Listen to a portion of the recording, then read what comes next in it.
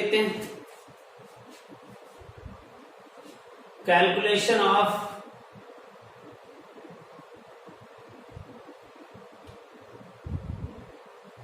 Density of the crystal, most important है exam के लिए। 2 मार्क्स का एक न्यूमेरिकल, इसके बेसिस पे हम लोग कैलकुलेट करते हैं। बहुत आसानी से हम इसे ड्राइव करेंगे।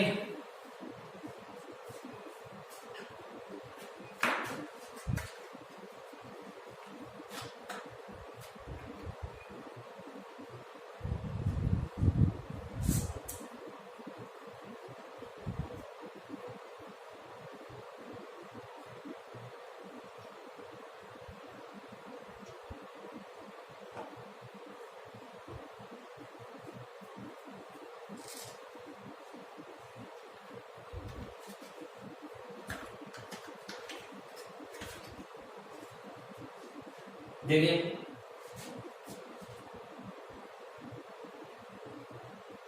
Number of atoms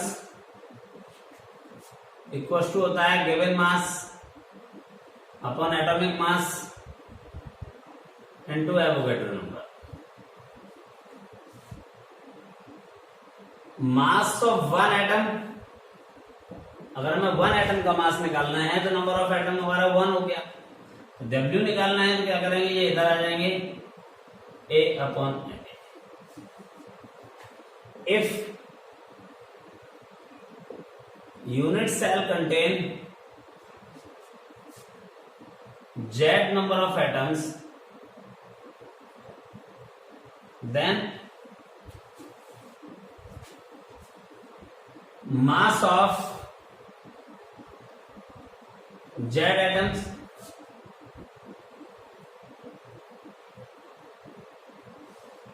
ZA upon NA। एक एटम का मास हमारा A अपॉन NA, और एक यूनिट सेल में Z एटम्स होते हैं, तो पूरे यूनिट सेल का मास क्या होगा, या कह सकते हैं मास ऑफ Z एटम्स क्या होगा, ZA upon NA। If edge of crystal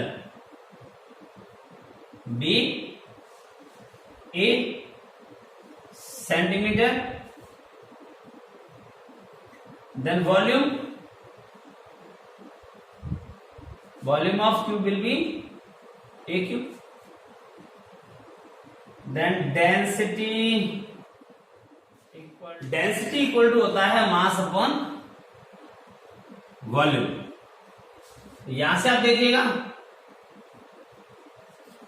density को अगर मैं डी या रो किसी से भी नोट करूं कोई बात नहीं, मैं फिलहाल इसे रो से कर रहा हूं। तो रो इक्वल टू मास, मास क्या है, मास ऑफ जेड एटम्स हमारे पास Z A upon N A upon volume, volume of cube है ए क्यूब। बड़ा फनी लर्निंग टेक्निक बन जाएगा। रो जेड ए जा ना A3, रोजाना A3 मतलब रोजाना 3 बार। आप इसे याद करो, आपका काम हो जाएगा। रो है यहां पे डेंसिटी, आप इसको डी भी लिख सकते हैं। यहां पर मैं इसे इस यूनिट में रिप्रेजेंट कर रहा हूं। ए एटॉमिक मास, इसे ग्राम पर मोल में लिखेंगे। इसे आप स्मॉल एम से भी लिख सकते हैं। यहां पे एन ए एवोगैड्रो नंबर, ये 6.02 इंटू 10⁻23 हो जाएगा। ए क्यूब वॉल्यूम ऑफ क्यूब है, इसे हम सेंटीमीटर क्यूब में रखते हैं। ए एज ऑफ क्रिस्टल,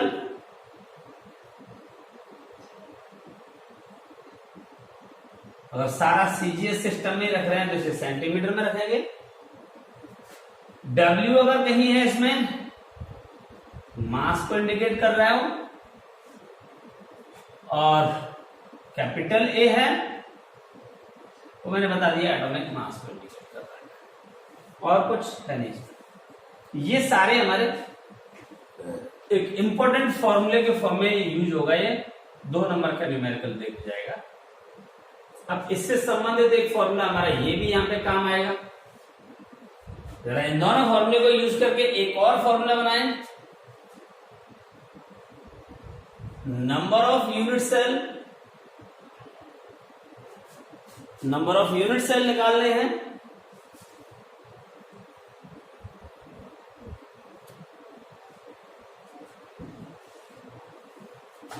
तो नंबर ऑफ यूनिट सेल होता है number of atom upon Z. तो इस डाटा को यूज करके एक और फॉर्मूला बनता दिख रहा है मुझे। नंबर ऑफ एटम्स होता है W Na upon A Z और आ जाएगा। तो ये यूनिट सेल कैलकुलेट करने के लिए एक डायरेक्ट फॉर्मूला भी हो जाएगा। आपके पास तीन मेन फॉर्मूले हो गए, नंबर ऑफ एटम्स निकालने के लिए, नंबर ऑफ यूनिट सेल निकालने के लिए और एक डेंसिटी निकालने के लिए। अच्छा, इसके साथ साथ जो भी हमने थोड़ी देर पहले रिलेशन पढ़े थे वो भी यूज हो जाते हैं। A = 2R SCC, A = 4R upon √3 BCC, A = 4R upon √2 FCC। कई बार ऐसे क्वेश्चंस पूछे जाते हैं जिसमें एज ऑफ क्रिस्टल गिवन है, रेडियस ऑफ स्फीयर पूछ रहा है, कोई दिक्कत नहीं। एज ऑफ क्रिस्टल दिया है, रेडियस ऑफ स्फीयर पूछा है, तो टाइप ऑफ क्रिस्टल देख करके आप रेडियस निकाल सकते हैं, उसका फॉर्मूला यूज करके।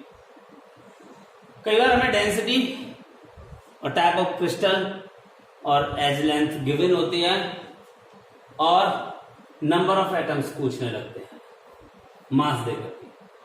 तो डेंसिटी का यूज करके ए निकालेंगे, ए को यहां पुट करके नंबर ऑफ एटम्स निकालेंगे। इसके बेसिस पे एक दो न्यूमेरिकल का प्रैक्टिस सेशन शुरू करते हैं। अभी देखते हैं इसमें कैसे न्यूमेरिकल्स बनते हैं।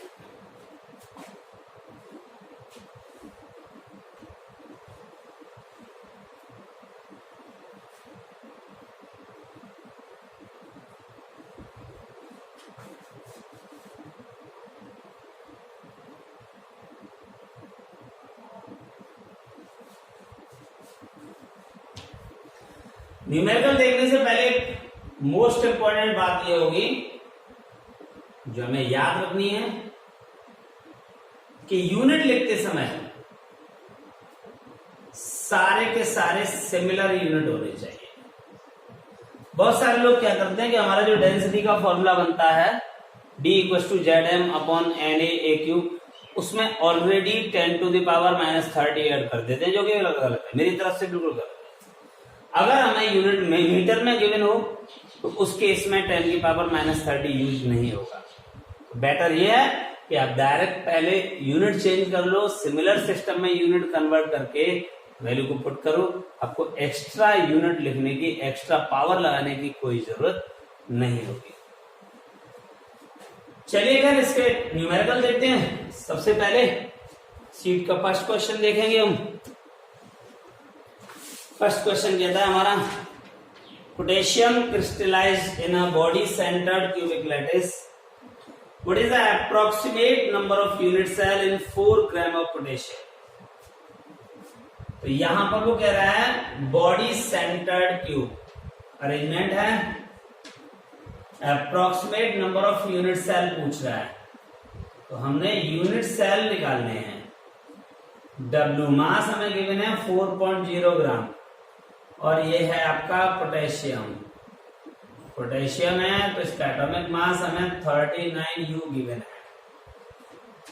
चलिए ट्राई करते हैं। निकालना यूनिट सेल है। अभी थोड़ी देर पहले मैंने फॉर्मूला बताया है, unit cell equal to WNA upon AZ। If you required unit cell, if you want a unit cell then aja, want a unit cell then aja। W4 6.0 10⁻23 atomic mass 39, Z BCC होने के वास्ते Z हमारा 2 हो गया, 2 2 से 4। अब multiply करें इसका इसमें डिवाइड कर देंगे। अप्रोक्सीमेट आंसर आना चाहिए इसका 3.09 इंटू 10⁻22 यूनिट सेल्स। इस तरह से क्वेश्चंस पूछे जाएंगे। अगला क्वेश्चन देखते हैं।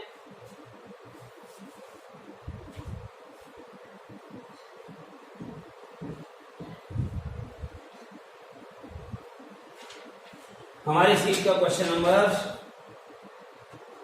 8।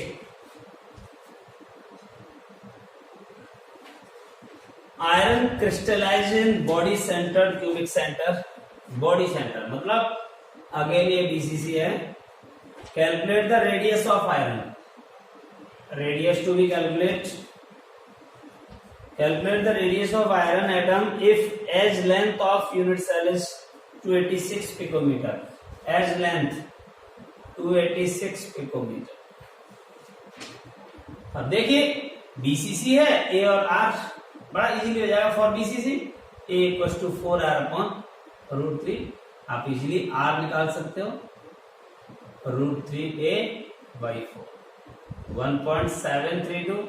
ए हमारा 286/4 सॉल्व कर लेंगे, आंसर आ जाएगा इसका easily 123.8।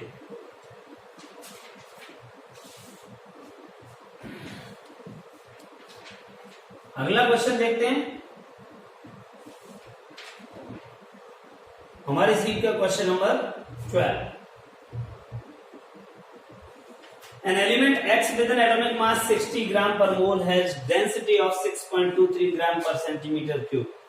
If the edge length of its cubic unit cell is 400 picometer, identify the type of cubic unit cell.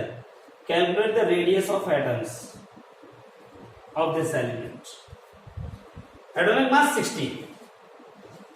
60 gram per mole. Density rho 6.23 gram per centimeter cube. If the edge length of cubic unit cell, edge length मतलब small a 400 picometer, ये हो गया 4 into 10⁻⁻8 centimetre, क्योंकि ये centimetre में तो ये भी सेंटीमीटर में बदलना जरूरी है। टाइप ऑफ यूनिट सेल मतलब जेड निकालना है, बहुत इजी। रोजाना 3 बार rho 6.23, z to be calculate a 60/6.02 into 10⁻23 into क्या रह गया हमारे पास ए क्यूब, ये होगा 4 इंटू 10⁻⁻8 की पावर 3। तो z इक्वल टू हो गया 6.23 इंटू 6.02 इंटू 10⁻23 इंटू 4 4 जा 64 इंटू 10⁻⁻24 ओवर 60। देखिए पावर से पावर कैंसिल हो गई, यहाँ पे 10⁻⁻1 बचा। 6.01 को मैं 6 कंसीडर कर लूं तो 10 टाइम्स ये कट गया, और 10 टाइम्स ये है 64 का 6.23 से मल्टीप्लाई होगा 3.98 आ गया, अप्रोक्सीमेट 4 हो गया। 3.98 आया तो अप्रोक्सीमेट 4 हो गया। अप्रोक्सीमेट 4 होने का मतलब ये एफसीसी क्रिस्टल है, बड़े आसानी से सॉल्व हो गया। चलिए मतलब ये मान लीजिए कि क्वेश्चंस इजीली हो जाएंगे, छोटे छोटे से 2-4 फॉर्मूले हैं, इन्हें आप याद रखें। तो अगला एक और क्वेश्चन देखता हूं मैं, क्वेश्चन नंबर 16 है हमारी सीट का। An element crystallise in structure having FCC unit cell, बहुत अच्छे। FCC of an H 200 picometer, calculate its density if 200 gram of element contain 24 into 10⁻23 atoms An element crystallizing structure having FCC unit cell of H 200 picometer. A है 200 picometer, मतलब 2 into 10 to the power minus 8 centimeter. Calculate the density of 200 gram. Given mass 200 gram. Density to be calculated. Number of atoms. Number of atoms 24 into 10 to the power 23 atoms. बहुत अच्छे, मतलब calculation को थोड़ा easy भी बनाएंगे। हमें निकालनी है डेंसिटी। डेंसिटी के लिए फॉर्मूला होता है रोजाना 3 बार। इसके लिए हमें क्या चाहिए? जेड चाहिए। एफसीसी से मिल जाएगा। एफसीसी के अकॉर्डिंग जेड हमारा 4 हो जाएगा। ए है ही नहीं ना। एन एलिमेंट क्रिस्टलाइजिंग एलिमेंट बोला है, मतलब हमें उस एलिमेंट का भी नाम नहीं पता तो हम उसका एटॉमिक मास अपनी तरफ से भी नहीं रख सकते। एवोगैड्रो नंबर रख सकते हैं, ए हमारे पास ये रख सकते हैं, मतलब ए नहीं है। तो ए निकालने के लिए उस फॉर्मूले का यूज करो जहां पर नंबर ऑफ एटम्स को यूज किया जाता है। Number of atoms given mass upon atomic mass into Avogadro number. बहुत खूबसूरत। इससे हम ए निकालेंगे तो ए इक्वल टू हुआ W ओवर ए इंटू एन। कोई दिक्कत नहीं है, सॉरी, नंबर ऑफ एटम्स नीचे, ए इधर आ गया ना, नंबर ऑफ एटम्स नीचे आ गया। ये वैल्यू मैं इस फॉर्मूले में पुट करूंगा, न कि इसमें वैल्यू पुट करूंगा। Rho equal to z into क्या आएगा? W एन ए अपॉन नीचे N A cube into number of atoms. Clear? बहुत अच्छा हुआ, एन ए से एन ए कैंसिल हो गया, मतलब हमने आधी कैलकुलेशन बचा ली। जेड हमारा 4, W हमारा 200 ओवर ए क्यूब है तो 2 into 10 to the power minus 8 की power 3 into number of atoms 24 into 10 की पावर 23। आसानी से सॉल्व हो जाएगा ये। 4 इंटू 200 ओवर 10 की पावर माइनस 23। नीचे से ऊपर ले गया मैं, या नहीं ले जाए, जरूरत नहीं है अभी, सॉरी। इसे ओपन करते हैं तो 8 into 10 to the power minus 24 into 24 into 10 की पावर 23। ये कैंसिल हो गए, -1 बचेगा, उसे ऊपर पहुंचा देंगे तो ये 0 हो जाएगा। यहाँ पे हटा, ये कैंसिल हुआ 6 टाइम, ये 3 1000 हो जाएगा। अब हमारे पास क्या है? 1000 8 3 24। बस इसके इसमें डिवाइड करिए, इसकी डेंसिटी आएगी 41.6 ग्राम पर सेंटीमीटर। बहुत आसानी से ये न्यूमेरिकल सॉल्व हो जाएंगे, कोई भी मुश्किल नहीं होगा इसमें। आई होप ऐसे बहुत सारे क्वेश्चंस हैं जो इस लेवल के होंगे। इसमें ए और आर का यूज करके हम लोग वैल्यू निकालेंगे। अगर कोई आयनिक क्रिस्टल आता है तो आयनिक क्रिस्टल के लिए हमें distance between two centre of two ions और एज लेंथ के बीच में रिलेशन निकालने होते हैं। वो रिलेशन मैं अगले वीडियो में बताऊंगा।